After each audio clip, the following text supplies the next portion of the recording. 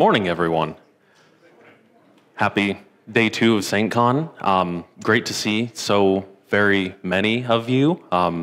There's a lot of you here, and there's most definitely no way that any of you are jerks, so I have nothing to teach you. Presentation done. See ya. So, hello, thank you, welcome. Thank you for coming. I mean that sincerely. I think there's just way too many of you here, but please stay. There's lots of seats. I most definitely just wasn't expecting there to be so many people wanting to see this, so thank you very much for coming. My name is Chris Honda. We are talking about making security happen without being a jerk. At least that's what my submission was, and up until last Friday when I had the genius idea of redoing my deck. Don't do that. Cannot recommend against that strongly enough. We're actually going to be talking about how to make security happen and be a jerk at the same time. So here's an instruction manual you should most definitely never follow. I'm also a professional goober, right? I don't know if I mentioned that. I work at Wistic. I do security stuff sometimes, but mostly I just kind of exist there. So before we start, we're going to say some things. Things will be said. These do not represent anyone's or anything's views other than mine, right? Most of these are going to be jokes. The standard disclaimer of this is satire. This is not advice. By no means should you do anything that we're about to talk about for at least the first half of this presentation. And if you do decide to leave, if you take away anything before we actually get to the end, the TLDR is please be a good person. There will be memes. That's actually most of the content because most of what I have to say is not that really revolutionary or that insightful, more of an admonition to do good things. So if you stay past here, you're really just going to get memes, and that's about it. So, and you're welcome for the pixels. Not all of them are great quality, but so you're welcome in advance. So about me, I'm still trying to figure out what I want to be when I grow up. That'll probably never happen, but you know what? I got to keep trying. Studied a lot of different things, tried to do a lot of different things, had a lot of jobs, most of which I was incredibly bad at. And not to say that I'm good at my job now, but I found a place that I like being. So, yeah, that's about as interesting as it gets. My greatest accomplishment so far as a security professional is that I am the reigning Kahoot trivia champion. Again, about as interesting as it gets.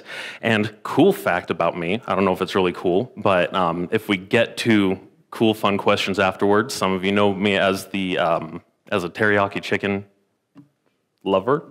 The cool fact is I grew up in the garlic capital of the world for a little while, and that is actually one of the secrets to making good teriyaki chicken.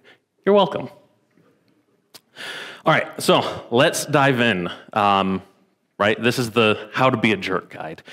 Let's call them 5 basic rules of how to be a jerk and thrive in a security profession, right? You want to make yourself look good at all costs. Doesn't matter what you got to do. Make sure that you are the one looking good.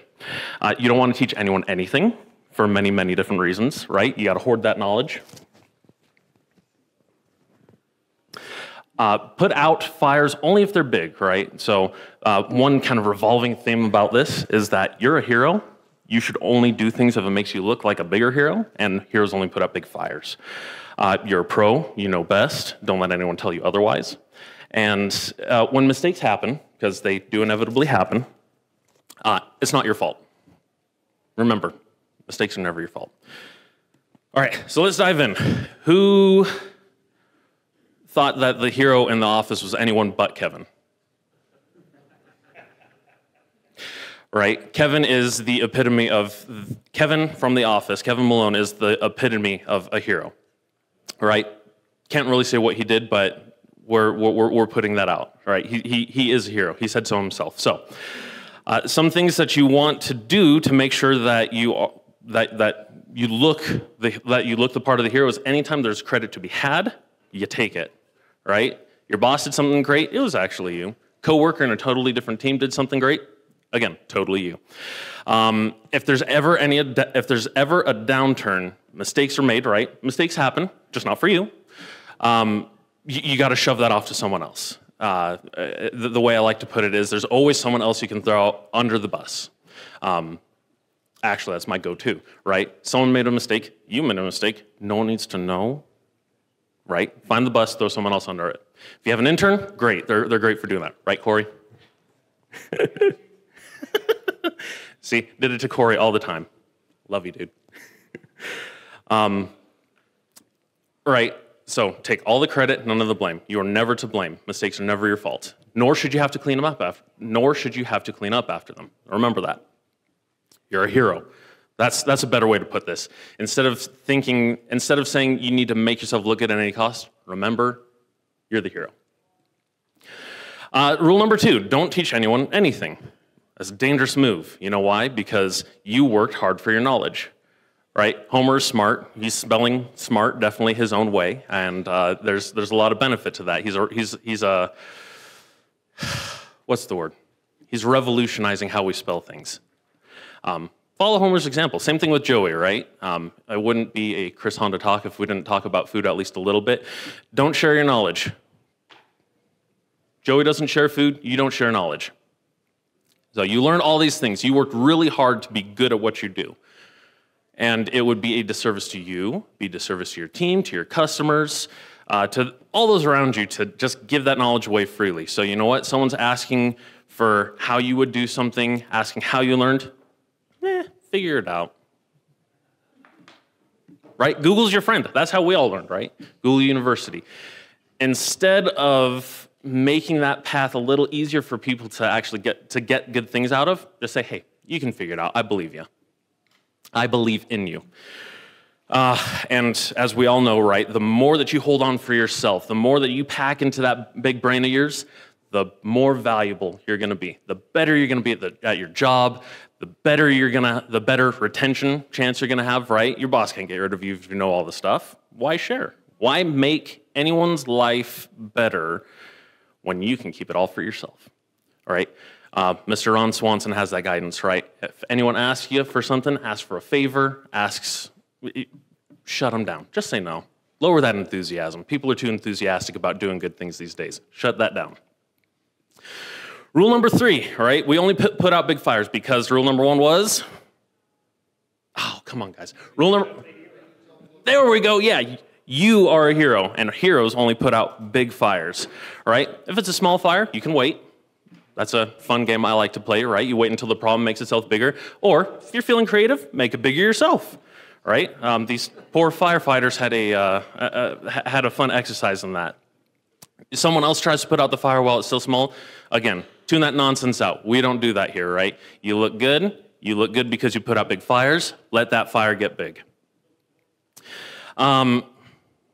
Nothing really to say from here, right? Enjoy the memes. Enjoy the memes. You don't have time to put out fires. You don't have time to put out other people's fires. So if it's someone else's problem, let them figure out a way to deal with it. If it is your problem, or someone makes it your problem, wait till it gets big. So again, you're the hero. You are the pro, right? Also, if you couldn't tell at this point in making the slides, my daughter was watching a specific movie, and I thought this was a great moment. So I'm sharing it all with you as well. You're welcome. So everything is about you, right? You're the pro. Your knowledge, your security program, your risk program, you're the compliance person, right? You are the go-to person. Make it all about you. Right? That's how you became a hero in the first place, is you took the time to develop the skills, develop the knowledge. Everything, therefore, in your program should revolve around the way that you think it should be done. If someone says otherwise, why don't they just do it themselves? Why are they asking you to do it, right? So, number 4, continued. If to reiterate, if you didn't have an answer, why would someone come in and do that? Make sure that you give them that attitude too, right? Like, hey, look, this is my thing, this is my deal, I'm over this program, I got this covered, right? When in doubt, this is my favorite, again, Corey can probably attest to this. When in doubt, call someone names, scream at them a little bit, you know, really healthy outlet. HR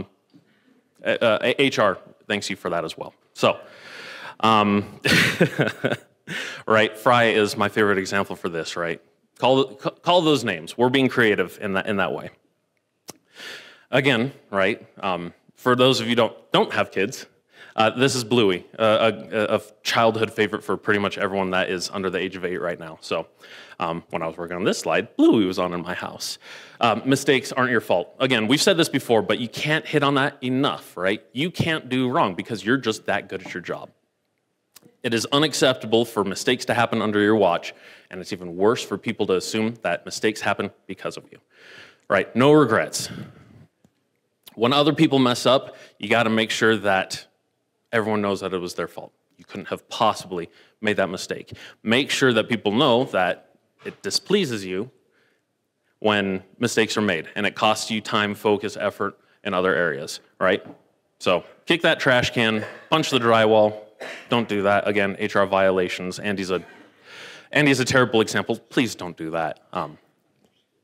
Right. So please, please, please, please, my friends, don't do any of these things.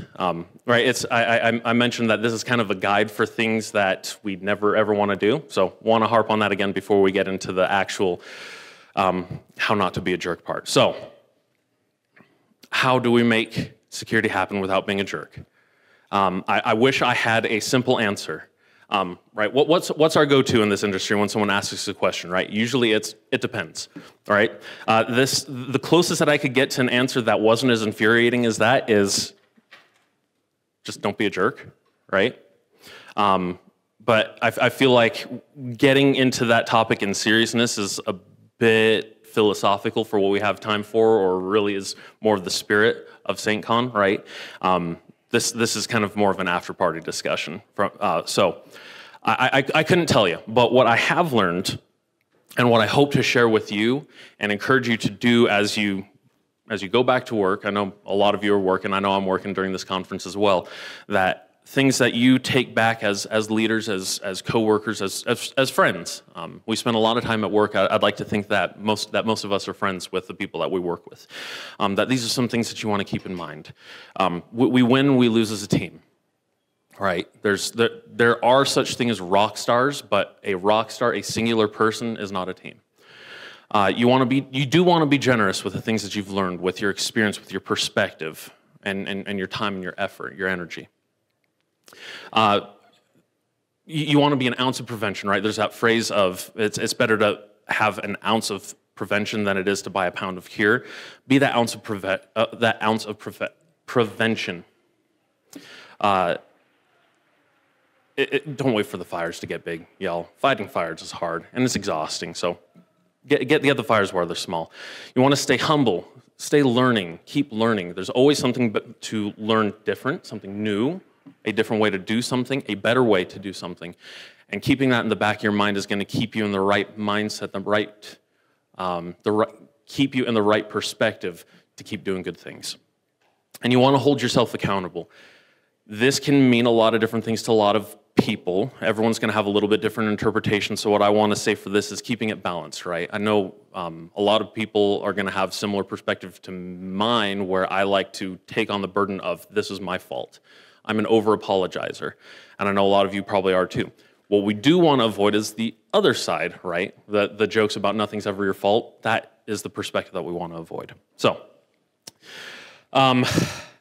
looking back to our friends in Parks and Rec, right? Andy is a reasonably decent athlete. I wouldn't know what that's like. I've never been a good athlete, except for a good eater. That's not, unfortunately, a sport, though. So, Ben is trying. He's trying his best. Tom is given, I don't know if it's possible, but he gives probably negative effort, right? As a team, they're not going to succeed, and it's not any one person's fault. It's the team, right? So this is something that we want to keep in perspective. We win, we lose as a team. No matter how awesome one or most of the people on your team are, you got to lift each other up. You got to support each other and make sure that everyone has the resources to be successful, be engaged, be focused on the mission, be focused on the goals. Right? Mention rock stars. I think you're all rock stars, as a disclaimer, right? There's nothing wrong with being a rock star. I think where the problems start coming in is where we think we're a rock star, therefore we're immune to criticism, we're immune to mistakes, we're immune to having to work with other people and change the way that we look at the world, look at our job, look at problems, and solve those. I'm sure many of you have experienced it. When things go right, it's just so much better when you can say, we did this. I did this just sounds and feels so hollow, right? So we did this. Those wins are so much better when you have people to share it with, right? Even if, right, yesterday there was a talk where the context was small security teams, right? Actually, I'm curious. How many of you are the only security person in your organization? Go ahead and raise your hands. I think there's a few of you. My vision is beyond terrible, and I got lights in my eyes, but I see a few hands. Obviously, they went to more interesting talks, and I encourage you to all to do that. If I'm not doing it for you, you won't hurt my feelings, and I appreciate you being here. But right, the small teams, you feel good when you do the things because you did have to do a lot of those tasks by yourself. Realizing, though, that your role as the singular security person helped to support an organization, and that you probably didn't do those things in complete isolation, right? Whether it's supporting customer trust, sales enablement, right?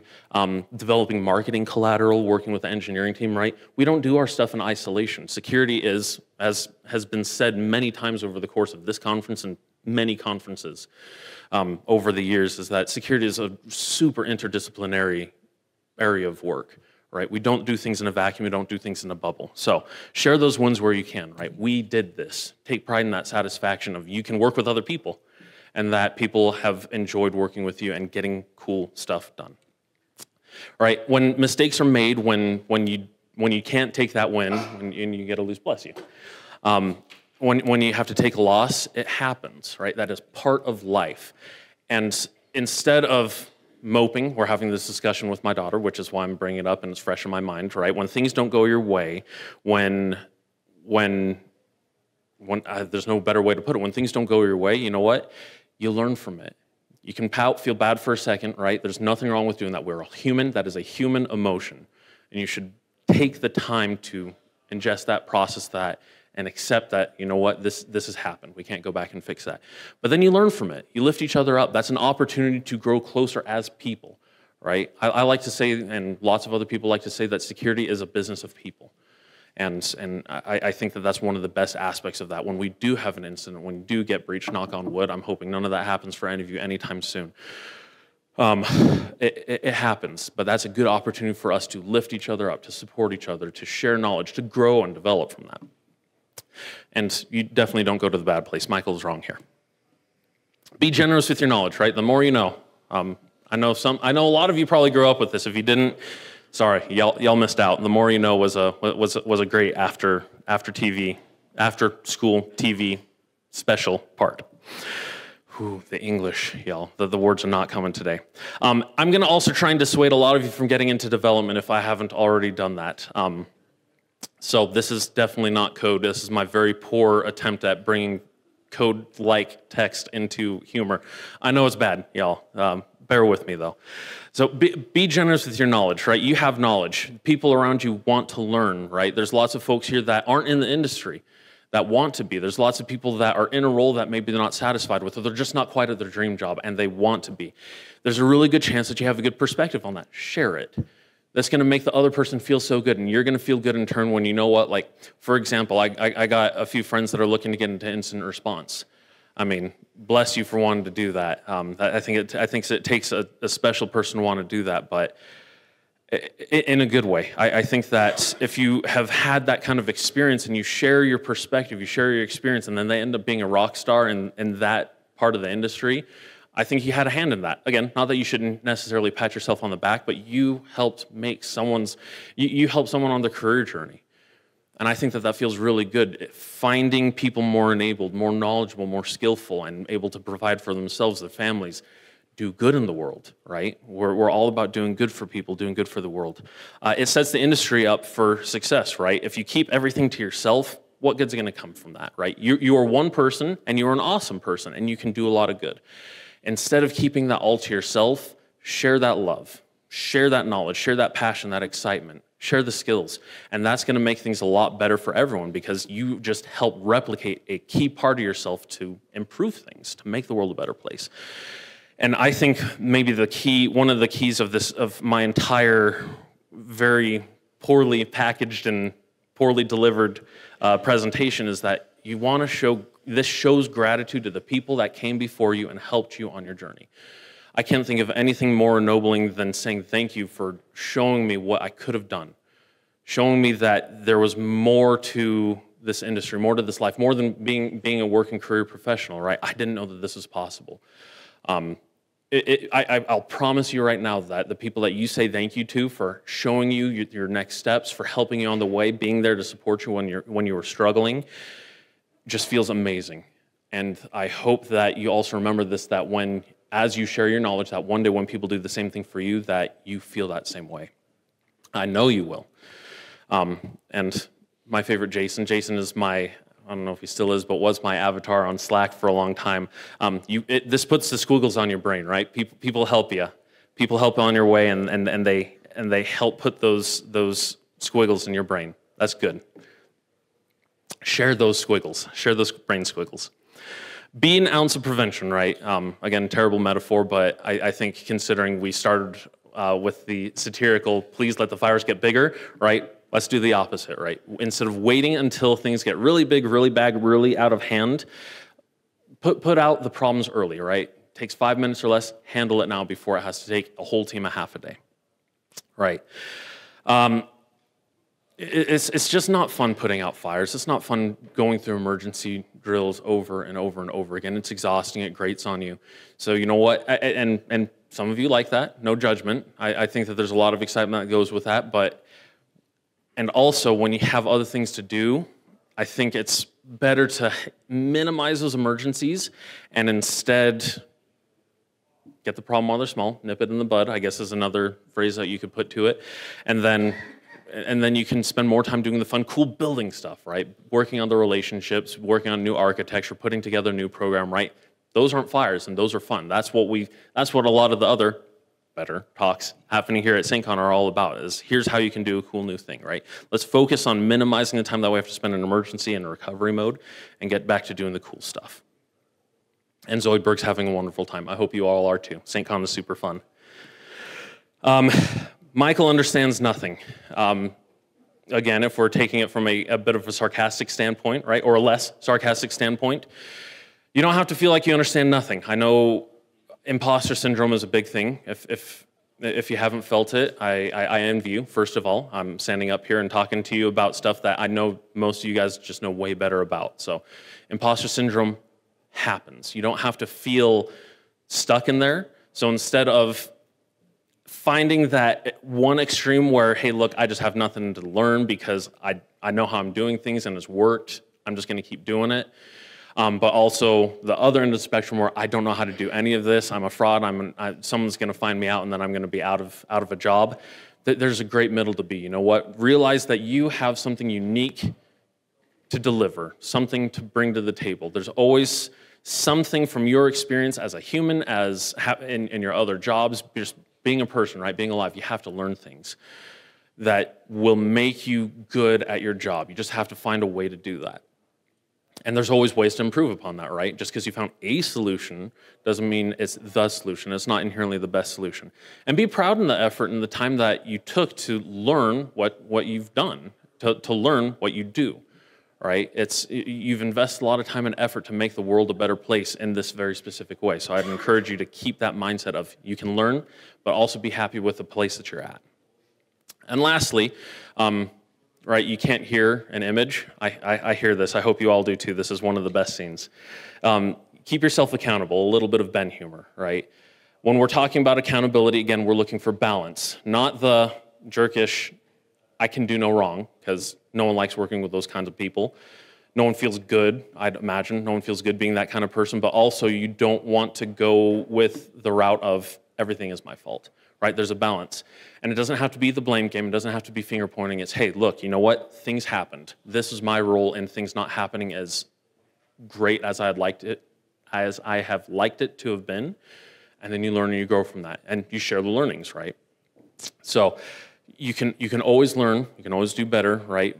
Echoing our last concept, right? And fight the urge to blow stuff up. Right? You're going to have days sometimes. If you're having a bad day, take a breath, drink some water. Please drink some water, stay hydrated, stay healthy, and then we get back to it. Take the time that you need, and then we get back to it. All right.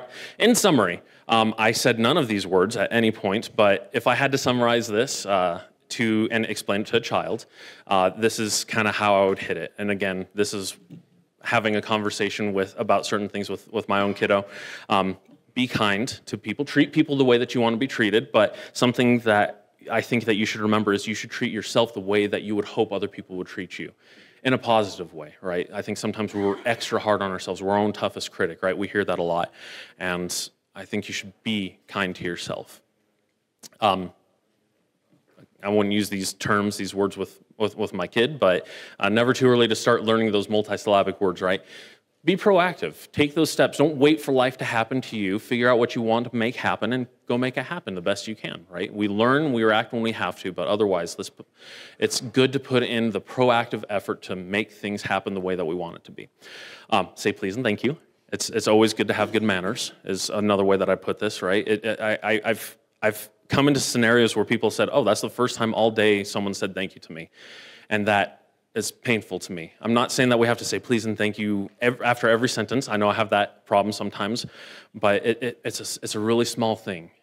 So thank you, everyone, for coming and for what you do to make this world a better place. Do good things because it's good. We don't want to do good things because we think we're going to get something good out of it. That happens, right? I think karma is a real thing. So you do good things with the expectation that nothing is specifically going to come from that. Just do the good things, and good will end up finding its way back into your life. And it's fine to make mistakes, right? Joe Grand in yesterday's keynote was talking about how this is hacker culture, right? Hacker has taken on an increasingly negative connotation over the years, right? And in the spirit of the opposite of what Joe is saying, it's fine to make mistakes, right? Keep that part of the hacker culture alive where, you know what, we're going to learn. We're going to learn by not doing things right the first time, a lot of the time, and then we pass that on later, right? Bob Ross is one of the best examples from that. There's no such thing as a true mistake, right? It's just a happy accident that you happen to learn from. So, before we get to questions, thank you all. Thank you for coming. Thank you for what you do. Thank you for your expertise, for your kindness, and for just being awesome. So thanks for making security happen without being a jerk.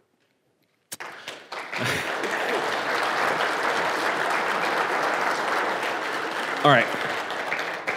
Thanks, everyone. So I know someone's going to ask this. Why so many GIFs? I'm not going into the pronunciation. No, please get up and leave if you want. I do want to have the time, but I know the memes are bad. Just wanted to add value where I could. This is probably the best way that I could do it. If you want a copy of, not a copy of the slides. I'll get the copy of the slides on my LinkedIn, which is linked to this QR code. Any questions? If you're raising your hand, I can't see it. Just shout it out. But if not, thank you all. Have a good day.